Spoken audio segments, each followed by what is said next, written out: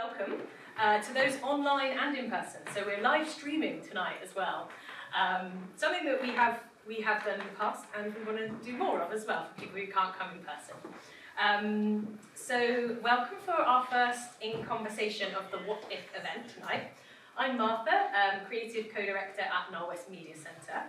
And for anyone who doesn't know, Norwest Media Centre is a place-based organisation who've been working in the community since the late 90s, mixing up our practices of arts and tech and care all around neighbourhood change making.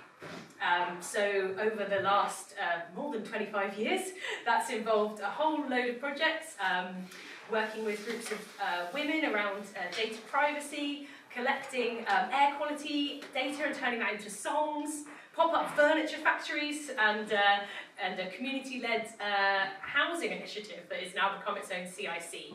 For anyone who doesn't know and has never been here, we have another space as well, which is called The Factory, and that's our digital makerspace just around the corner. So just to kind of set the context of where you are, and over the last year we've been part of a national community tech movement coordinated by Promising Trouble and Power to Change. I think some of the people from there are around today. And we've been inspired by people across the UK and beyond using and building their own community tech for positive change. So some of the people that you might have met already in the room out there. So tonight for us is all about bringing together some of those inspiring people to share, learn and connect and to see what might happen next. We're really interested in knowing what else, what do you want to see us do more here, or what can we do more together? So without going on too long, I'm thrilled to introduce our first In Conversation. What if we thought of technologies as plants? We have our fabulous guest speakers here, Berlin-based Brazilian activist and researcher Felipe Schmidt Fonseca, and Professor Ed King from the University of Bristol. They are going to introduce themselves a bit more properly, so I won't go more into that, but just to say we'll have about half an hour and probably about 20 minutes of a kind of in conversation here, and then we'll open it out to some questions and thoughts. And for those online, you'll be able to add your question and bring that into the space as well. Whilst it feels like a kind of a very amazing TV studio here, this is a relaxed atmosphere, and if you need to leave or you want to go in and out or you need to get a drink, like that is absolutely fine. So please feel free, and if you find the benches uncomfortable, there's actually some bean bags at the back and you'll probably still be able to hear. So please, do what you need to feel comfortable. Okay, and over to you, Ed and Felipe. Great, thanks, Martha. Should we go by the microphone to your microphone? Yeah, bring them a bit closer. Bring them closer. Okay. This one? No, this one. Is that? This one. Is that close enough?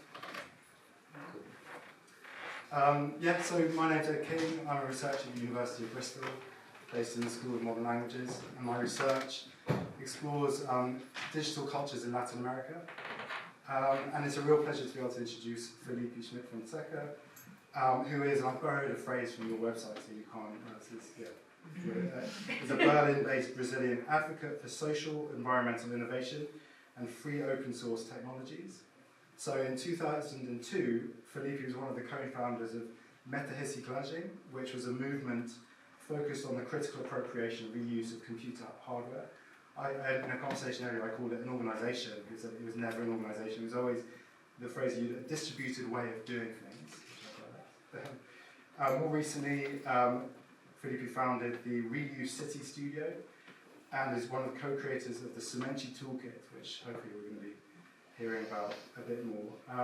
So our collaboration started around 3 years ago, when myself and a couple of other researchers in the university were really interested in finding out about what community tech organisations and NGOs working in the field of digital literacies are doing in Brazil at the moment, and particularly organisations that have been in operation since the early 2000s, when there was a lot of government funding for these kinds of initiatives, and how things have changed in the current, or the environment then, which is when the far-right President Jair Bolsonaro was in power. So what we did is Felipe and his team produced a report from a series of interviews with the leaders of these organisations from across Brazil, and compiled this into a really interesting report. And then a number of things have sprung from that. One of which is we've been co-developing a video game that responds to one of the challenges that arose from those interviews, which was around misinformation. And then the other thing was the Semente Toolkit, which is a toolkit for helping community organisations think about policy around their work with digital tech. So my plan was to ask a series of questions to Felipe and have a conversation for the next 15 minutes or so, and then open up to questions from you guys. But feel free to kind of jump in if something's interests you and you want to ask a question in the middle of it. It's completely fine too. So I want to start kind of at the beginning in Felipe, your work in the 2000s around metarecyclagem. And about what I want to ask you is how your involvement in the free and open technology movement in Brazil sort of fed into metarecyclagem, and how that is shaping some of the stuff you've been doing more recently, particularly around the reuse city studio. And so if you could explain a bit about that. So that's quite a big question. Thanks for that. I'll try to make to not to have such a long answer as that's the question. Yes. So I guess maybe it's interesting to start at that point in the early 2000s, where there was a lot of new developments politically and in terms of use of technologies in Brazil and I guess everywhere else. We were going through a moment in the recent history in Brazil where the kind of center-left government took power, won the elections, and there was a lot of space for social innovation and not enough people in the government to implement those desires. So what happened was that people in positions of power started to invite activists to suggest ways to do things. And the fact is that none of us was aware that most of those things were impossible, and then we tried to do them. And I guess the result was a very lively scene of projects that were ultimately kind of unfeasible in a sense, but that kind of organized a lot of desires that came through a lot of different contexts. So one of the movements that fed into that was the World Social Forum that happened in Porto Alegre, the city I was born in and spent the first 20 years of my life. The World Social Forum was this great kind of alternative globalization movement, or anti-globalization movements getting together, proposing that another world was possible, that was connected to social movements all across Latin America and other parts of the world. And a lot of these desires of creating a better version of contemporary world were condensed in that kind of scene. And that informed the way policies were being made by then. And there was this emergent field of digital policy. It was a new thing, sometimes it isn't that we even forget when I'm talking with people that are coming now to these fields, that 20 years ago there was no kind of... When we started metarecyclagem in Projeto Metáfora in 2002, we had heard about Wi-Fi, but nobody had ever experienced using a wireless device to connect to the internet. And there was a lot of desire of people in social movements and social organizations and cultural producers and artists to use technologies, but not everybody had access to it. So the way metarecyclagem started was that there were people talking in Projeto Metáfora, that was this kind of mailing list, open network, that had ideas for using technologies to benefit communities and to create other kinds of cultural expression. But we didn't have computers, we didn't have access to the internet. So we found that there were companies that would discard computers every year, and there were ways to, and actually it was informed and influenced by the work of Access Space in Sheffield. We heard about them somehow, and that we heard that they were using kind of open source, free and open source software, Linux, to refurbish and remanufacture discarded computers. And we organized a collective in São Paulo, the largest city in South America, to receive donations of computers and see what we could do with them. And that created a whole line of projects that I won't describe right now. But that ended kind of influencing many of the projects that I will do later. So we had at some point 8 to 10 active computer recycling labs in different parts of Brazil, and that fed into the creation of the Brick Labs network that had people all over the world, and that also was one of the major elements that I brought into my PhD research that I finished this year in Northumbria University in Newcastle, that was based on the concept of generous, as in generous cities, and trying to create ways to reuse materials in cities and regions. Yeah, I was interested to hear more about, so when we were chatting earlier, you said one of your friends said that really you're still doing metarecyclaging, you've always been doing it, it's just changed names and evolved. And, how has the context changed for strategies of reuse in the present context to the one in the 2000s? Has there something about the feasibility of these projects or the kind of the accessibility of them? I don't know. I think that there are different elements to it, and yeah, in a sense, I've been doing pretty much the same project or following. I didn't mean that as a diss. That wasn't. That's doing the same thing. No, I'm trying to. One of the things that I've been interacting with Ad for 3 years, and this is the first time that we meet in person. Yeah. And I just said that it's the first time that I see the back of his neck. But in the back of my neck, I have a tattoo of the metarecyclaging logo, the logo for this project, and it is part of, I guess, the many projects that I've co-created and helped develop over these 20 odd years were about critical appropriation of technologies and understanding communities in a sense that is not the kind of superficial level of community as an assemblage of people that live in the same region. I don't think communities are necessarily that, and maybe we can talk a bit about that later. But so this I guess there's this thread about helping people understand that they could appropriate, they could relate to technologies and to modernity and to this, neoliberal global capitalism in a way that is not only passive, but is about creating opportunities and connecting to people and establishing relationships with your neighborhood and with your friends and with your family and with your future and your past on a different way than the kind of very limited, narrow possibilities that this society seems to be giving. So I think there's this kind of common thread. And metarecyclaging started as this project that was about installing free software in old computers, but it ended up influencing the digital culture project that was implemented in 200 grassroots community centers in Brazil.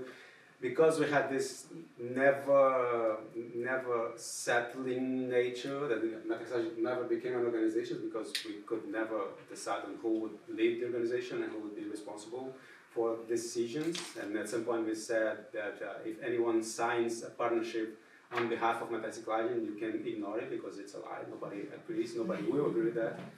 But there is this take on bringing more people to discuss at a deeper level what technology means and what technology's effects in society that I think were part of all of these projects that I've been involved with since.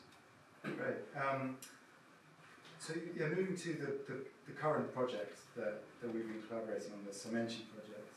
So wonder if you could talk a little bit about what that is, what its aims are, and sort of how it sprang from that report that we put together. Yeah, I think there's part of it is a sort of emergency response to a situation that was complex. It was bleak and dark and doom. This feeling that we had in Brazil in 2022, the last year of the Bolsonaro government that was running for re-election, and there was a risk that him and all of that worldview would stay in power for at least another 4 years. So there was this sense that we had to help communities that and this we is very fluid and flexible, but it's a lot of people that are part of networks that I helped co-found, that we had to find ways to survive even if the situation would get worse. But there was also the possibility that things would stop getting worse. It's even hard today to say that things are improving, that are getting better, but they at least stopped getting worse. Lula didn't win the election, but Bolsonaro lost it, and this is how I tend to frame it. But even in the possibility of things, of these projects being able to re-emerge, there was at least a generational gap that we had to deal with, that were kind of old school of digital inclusion projects that started in the late 90s and early 2000s, were kind of used to this worldview according to which digital inclusion is something that you do by creating, putting computers in rooms and inviting people to use the computers there to improve their employability or something like that. And there was this new generation that knew everything about social media and how to create memes and to connect to the internet and to kind of establish communication between lots of people. But these two generations, but these new people were not aware of what happened 20 years ago in terms of open source policies and participatory politics in Brazil. So this disconnect between these two generations is something that we were trying to address with Semente. And Semente was also born out of the kind of disappointment with participatory methods and collaborative methods that tend to put, mainly, Silicon Valley inspired technology methods that tend to put collaborative and community work in terms of being something that you have a bright idea and you have to convince people to work for free. That's kind of where community comes in terms of technology. And we were disappointed with that. The people who were working with ID21, this report that we've done about digital inclusion. And the first idea was to create a sort of guidebook to create policies that would put community at the center, not as an instrument. But we found that this kind of guidebook or kind of step-by-step method wouldn't make sense, and we started exploring. So we partnered with a designer named Bernardo, who is Brazilian but he's based in Amsterdam, and we decided to create a toolkit that would first help visualize what are the meanings of communities that make sense for the community, not the ways of translating the value of a community to a funder or to external bodies, but try to understand what are the values that the community understands about itself and how it can reinforce and improve its dynamics by understanding it deeply. So, and I guess the title of our conversation today is what if we thought of technologies as plants, because we were thinking in Semente as a way to create participatory methodologies to enable digital policies that would make sense for communities and not be imposed onto communities.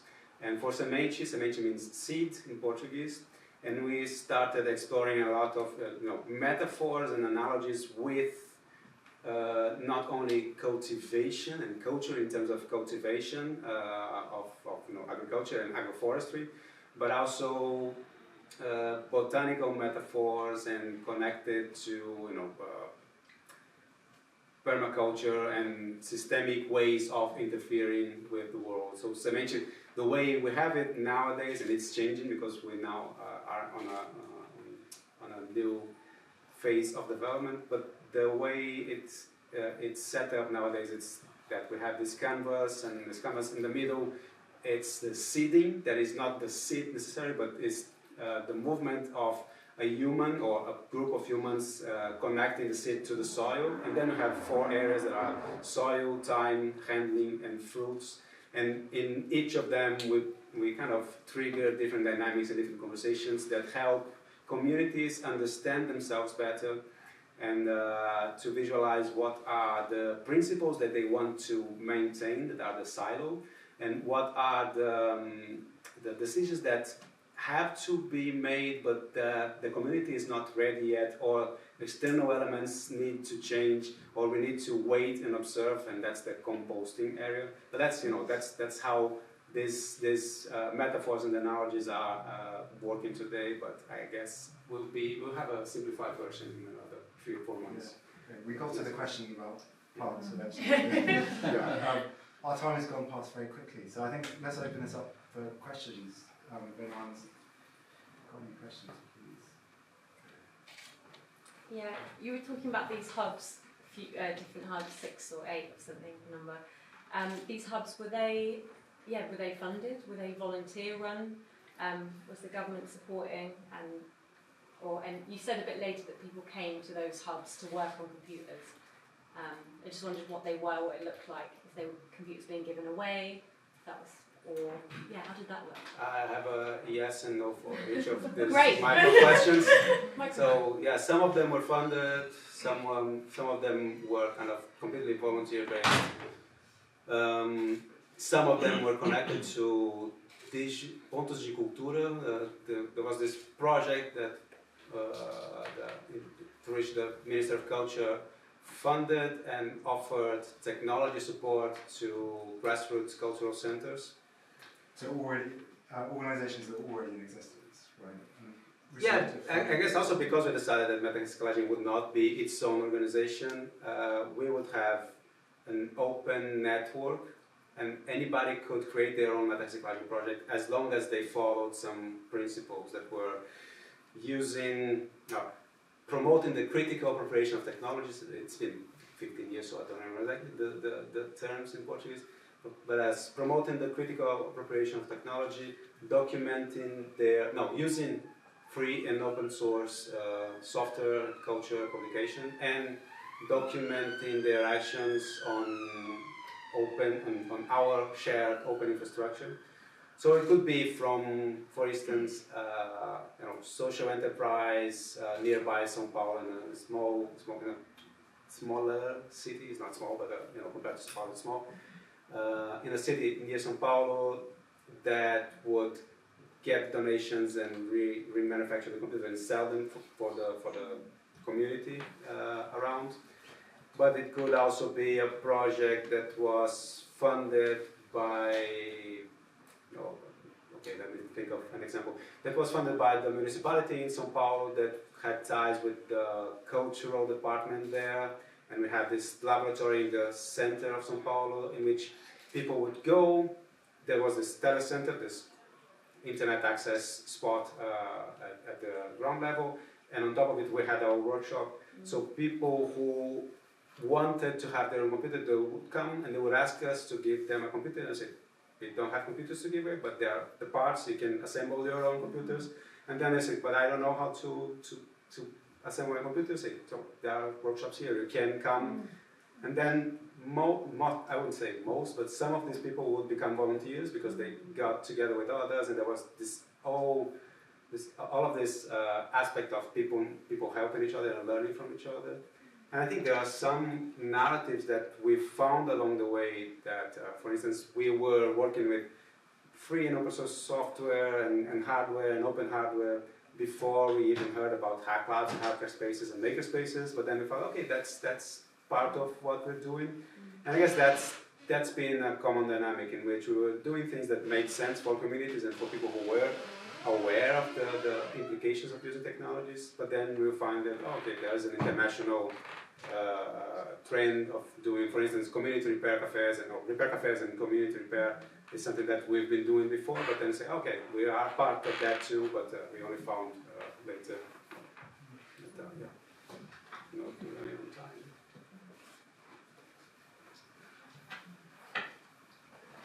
A question about the toolkit. Do you imagine that it will be something that would need facilitation, or is something that you think anybody could use? How do you imagine it to be used?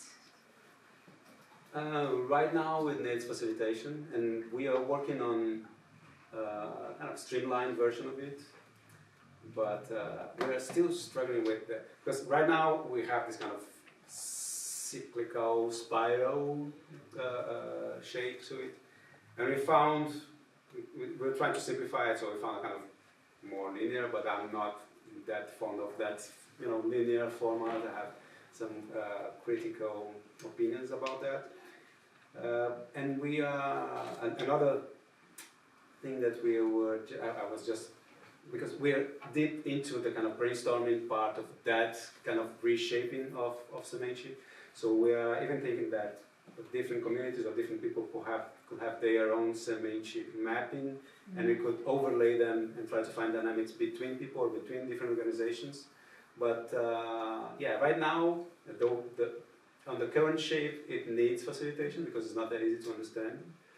And we're currently working with a particular organisation to test it. Right? Yeah. So we'll have a residency in Brazil in February with one organization that has been working with community in a working class neighborhood in Ubatuba, a very special place by the coast where the Tropic of Capricorn crosses the coastline in Brazil. And okay, I could talk about that for many hours, but we are interacting with them to make sure that we can benefit from their experience in performing community work, but also that we can help them improve their dynamics by bringing this kind of more systemic view that we can bring about with Semente. But yeah, that's the shape that things are in right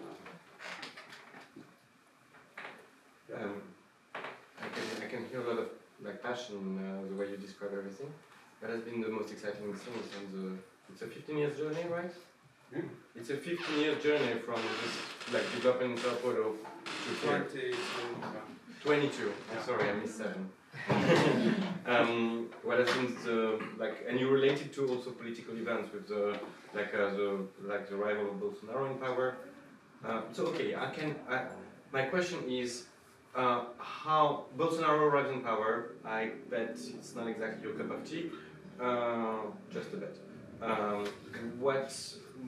How does the movement react to it? When Bolsonaro? Yeah.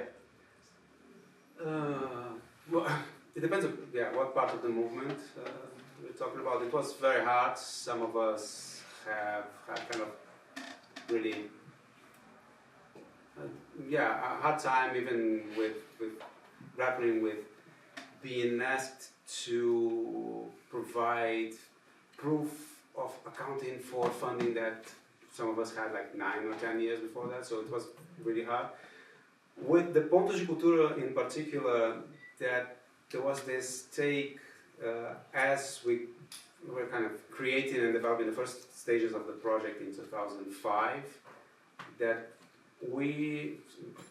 those of us who came from kind of activist backgrounds didn't trust the government and didn't trust the government support to last long. So some of the things that we decided early on was that whenever the presidency wanted to create a website to host documentation about the projects, we would say, we have to create that website, but it won't have a .gov.br domain name. We will have backups of all the data so that we can publish in our own infrastructure. And so there was this sense of autonomy that we tried to instill in the projects. And there was this network of Pontos de Cultura that kind of survived the disappearance of the program. But to be honest, without any funding, with less funding, you can kind of adapt and survive and be resilient. But without any funding, after four years, it's very hard. And And now, after Bolsonaro lost the election, there was this movement in kind of trying to reenact those policies, but it's the kind of uptake is very slow, and even because people lost trust in that kind of process. And some projects have turned more into creating their own autonomy. So there are some of them that have survived and created other network assemblages and kind of ways of configuring their relationships. But without funding, it's very hard to do things. But they are still active, still around. I want to come back to the question that's your title, and some of the way that you were speaking and the metaphors you're using are making me think about perma-computing and that community of practice and the principles of perma-computing. And when you were talking also about the sort of cyclic diagram, you might kind of think of instead of a more linear one. I wonder if you could say something both about perma-computing and about the question that's the title. Yeah, I think the question of the title. Maybe you could, because we were talking earlier about how at one stage in the project you had a serious hesitation about the use of that kind of language, and then you sort of revisited sort of why you were doing it, and you kept coming back to this idea of like desertification of like policy around digital community tech during the Bolsonaro years, and thinking about the 2000s as a kind of forestation kind of process. So I mean, maybe and I think that's an image that I used on this text that I wrote about the first phase of this project. Perma-computing it's a topic that some elements, some organizations, some people in these networks in Brazil have been trying to discuss for some years, but it was only recently that we kind of got a bit deeper into it. But this understanding of the cyclic nature of change, in a sense, and of community engagement is part of it. So, and I think this image that I've used, so I try to deconstruct that. When we first started experimenting with these metaphors to describe how to create digital policy that would make sense, and we started using these metaphors of rooting through community and thinking of community as not a collection of individuals with a single commonality that would be a region of age or gender, but thinking of communities as a multiplicity of commonalities that people establish in a very dynamic way. We kind of first shaped Semente to use these metaphors, and there was some hesitancy between the group, thinking of would it make sense to kind of explore those metaphors in people that were not that used to permaculture and community farming and all those contexts. But then in one of the feedback sessions that we had, it was a workshop in Amsterdam during the launch of the Critical Infrastructures Lab at the University of Amsterdam. We understood that there was a value, and that's what the image that we used.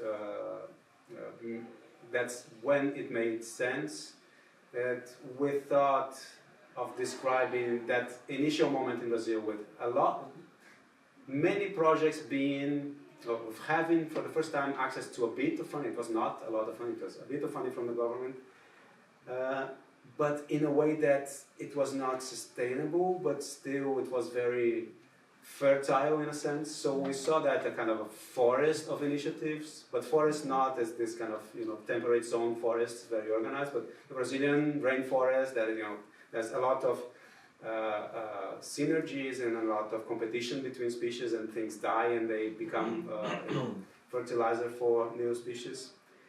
And based on that, there was this contrast with what was happening during the Bolsonaro years that we saw as a process of desertification. So the species were just not having access to nutrients and access to water, so things were starting to die. And we thought that cemetery should be a way to reforest, to regenerate the conditions. And they even used for the visual identity of cemetery, used the seeds and images of a plant that is ingá, that is used for reforestation efforts in Brazil. That is, it's not the usual thing of you start reforestation by planting trees, but no, you plant these bushes that will create a mass of fertilizer that will make shade for larger species to grow. And I think our time is up. Yeah. Thank you both very much. I think lots of food for thought there. I'm just starting to get some amazing imagery in my mind talking about the rainforests and things.